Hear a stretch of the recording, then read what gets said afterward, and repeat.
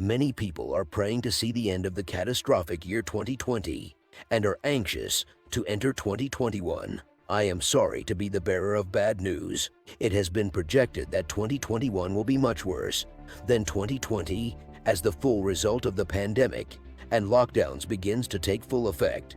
In a world where it's impossible to keep up with the urgent and awful stories that seem to get worse by the week, it's easy to lose track of all we worried about before the pandemic. Is that still going on?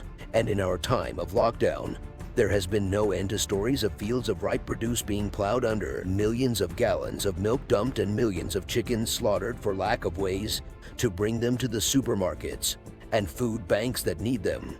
The facts are devastating. In 2019, 35 million Americans struggled with hunger. More than 10 million American children did not have enough food on a daily basis. And this year, the COVID-19 pandemic has dramatically worsened the hunger crisis, wiping out decades of improvements in food insecurity. Unemployment has soared, and now more than 54 million people across the nation are facing hunger. Welcome to the Savvy Few. Please support us by subscribing, liking, and sharing this video. We appreciate you more than you know. Thanks for your support. Projections indicate that 1 in 6 Americans and 1 in 4 children may face food insecurity at some point in 2020 and much more in 2021. Meanwhile, the coronavirus pandemic will cause multiple famines of biblical proportions within a few short months. The chief of the UN's Food Relief Agency has warned, plunging tens of millions into starvation unless immediate action is taken. The head of the United Nations World Food Program is once again warning that the world is at risk of widespread famine as a consequence of the coronavirus pandemic. In April, WFP Executive Director David Beasley told the UN Security Council devastating famines could break out in dozens of countries in the developing world due to the effects of COVID-19 restrictions if actions weren't taken. World leaders responded with funds and stimulus packages and managed to avoid the worst-case scenario. But now, as the coronavirus continues to surge, prompting another wave of shutdowns, Beasley says funding that was available this year will not be available in 2021. We were able to avert it in 2020, Beasley told the Associated Press in an interview, but said without billions of dollars, we are going to have famines of biblical proportions in 2021. WFP needs $15 billion next year to avoid famine and carry out the agency's programs around the globe, noting that the global spread of COVID-19 this year has sparked the worst humanitarian crisis since World War II. David Beasley pointed to deepening crises, more frequent natural disasters, and changing weather patterns, saying we're already facing a perfect storm. As millions of civilians in conflict-scarred nations teeter on the brink of starvation, famine is a very real and dangerous possibility. Mr. Beasley painted a grim picture of 135 million people facing crisis levels of hunger or worse, coupled with an additional 130 million on the edge of starvation prompted by coronavirus, noting that WFP currently offers a lifeline to nearly 100 million people, up from about 80 million just a few years ago. If we can't reach these people with the life-saving assistance they need, our analysis shows that 300,000 people could starve to death every single day over a 3-month period, he said. This does not include the increase of starvation due to COVID-19. In October, the WFP was awarded the 2020 Nobel Peace Prize for its efforts to fight hunger and food insecurity in conflict-affected areas around the globe amid the coronavirus pandemic. Beasley said he's been using the spotlight toward world leaders, that 2021 will be a more challenging year, and to raise extra money from governments. In April, 135 million people faced crisis levels of hunger or worse in 2020, and an additional 130 million could be pushed to the brink of starvation by 2021. But during a virtual interview Wednesday, he said the number of people facing crisis levels of hunger has risen to 270 million. He said 36 countries could experience famine if WFP doesn't receive the necessary funding. There are about 36 countries that could possibly enter the famine conditions if we don't have the money we need, Beasley said, according to a joint analysis.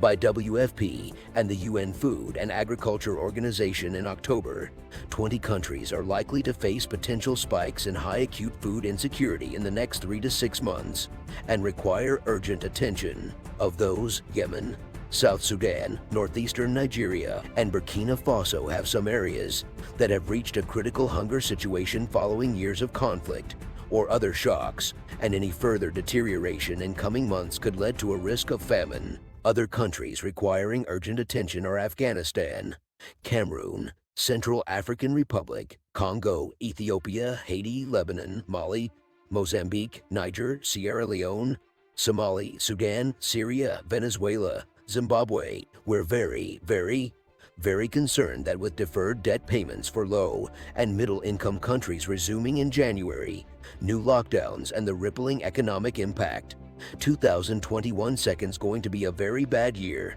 Beasley likened the upcoming crisis to the Titanic, saying right now, we really need to focus on icebergs. And icebergs are famine, starvation, destabilization, and migration.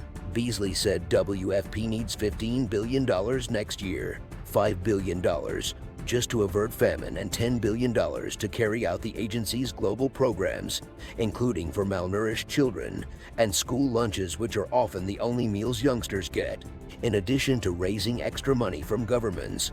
Beasley said his other great hope is that billionaires that have made billions during the COVID-19 pandemic will step up on a one-time basis. We are not talking about people going to bed hungry.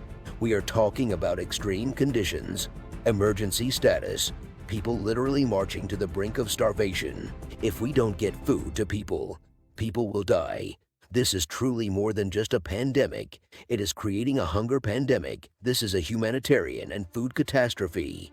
None of those looming deaths from starvation are inevitable. If we get money and we keep the supply chains open, we can avoid famine. We can stop this if we act now. He said the situation, even for weeks from now, was impossible to forecast, stressing that donors must act with urgency. He urged countries not to put in place export bans or other restrictions on the supply of food across borders, which would lead to shortages. Our grave concern is that we could begin to put COVID-19 behind us in developed countries in 3 or 4 months, and then the money runs out. And if the money runs out, people will die. Money alone will not be enough. He added, it is difficult for relief workers to get through lockdowns around the world and set up air bridges when transport is paralyzed. We need money and access, not one or the other, both. Also crucial is ensuring that supply chains stay open in the face of lockdowns and the difficulty of getting workers into the fields to tend crops if they are sick or unable to travel easily. If the supply chain breaks down, people can't get food. And if they can't get food for long enough, they will die. We can stop this from becoming a widespread famine, but we need to act quickly and smartly. Movement restrictions necessary to prevent the virus's spread will likely disrupt the transport and processing of food, leading to declines in crop and livestock production and sales, and dangerously reduce the availability of even the most basic food items.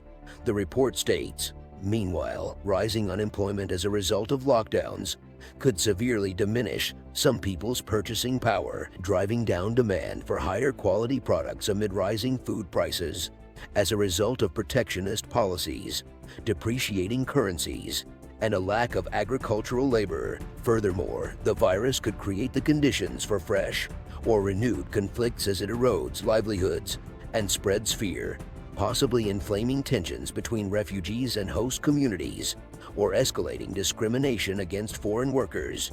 The WFP currently provides food to nearly 100 million people on any given day, including about 30 million people who literally depend on them to stay alive.